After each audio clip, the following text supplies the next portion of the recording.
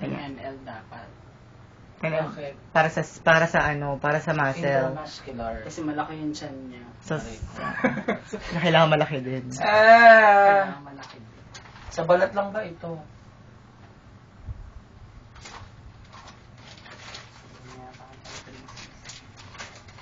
Sabi kasi dapat 5-6 yung kinuha mo eh.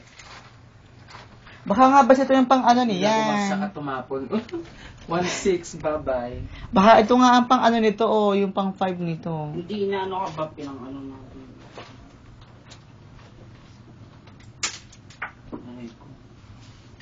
Kasi ito.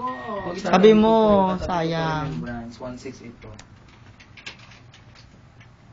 Kasi dapat ganito kahaba. Ayun o, okay na. Ano. Yung kanyang needle.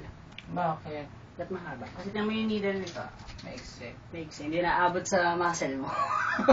Hanggang balat lang, ayan. Hanggang dermis Uy, lang. nalalamig.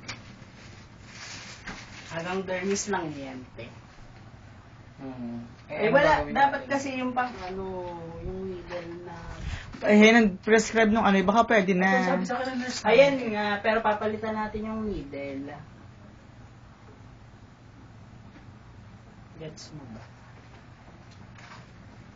So, wala na akong needle rig. Ano pang rig? Yun na lang kasi pang 5. Yung 10.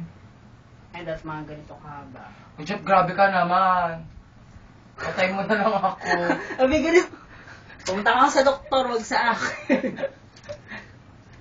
Ganyan nga dapat kahaba. So, papalitan mo ba? Papalitan natin yan kasi pang skin test lamang ito. Ay, Yung ginagawa oo. lamang sa Oo. balat, adiba. Hindi masakit nga niyan, te. Kasi abot sa muscle mo, hindi mas masakit pa ngayon sa skin test eh. Kasi nung Oo. meron sakit, mas masakit. Di ba ginaganon ka? Ayun. Hindi ka pa ba na ano? Hindi pa. Sa puwit lang lagi.